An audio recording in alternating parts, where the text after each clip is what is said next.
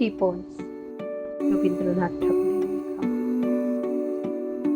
আমি ভিক্ষা করে ফিরতেছিলেন গ্রামের পথে পথে। তুমি তখন চলেছিলে তোমার স্বর্গরথে। অপূর্ব এক স্বপ্ন সব লাগতেছিল চোখে মম। কি বিচিত্র শোভা তোমার, কি বিচিত্র সাজ। আমি মনে ভাবতেছিলেন এ কোন মহারাজ। আজি শুভক্ষণে রাত পোহালো। ভেবেছিলেন তবে আজ আমারে দাঁড়ে দাঁড়ে ফিরিতে নাহি হবে। বাহির হতে নাহি হতে কাহার দেখা পেলেম পথে। চলিতে রথ ধনধান্য ছড়াবে দুই ধারে। মুঠা মুঠা কুড়িয়ে নেব নেব পারে পারে। দেখি সহসা রথ থেমে গেল আমার কাছে এসে। আমার মুখ পানে চেয়ে নামলে তুমি হেসে।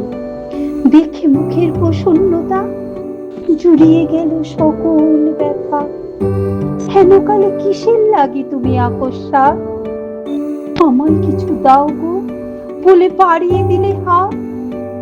বলি এ কি কথা রাজা ধীরাজ, আমায় দাও গো কিছু। শুনে ক্ষণকালের তরে রইনু মাথা নিচু।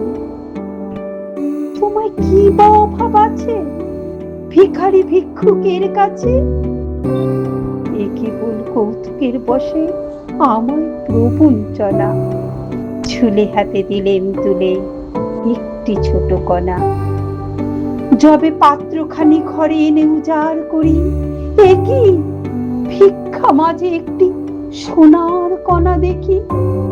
দিলেন যা রাজ ভিখারিরে স্বর্ণ হয়ে এলো ফিরে। তখন কাঁদি চোখের জলে দুটি নয়ন ভরে। তোমায় কেন দিইনি আমার সকল শূন্য করে?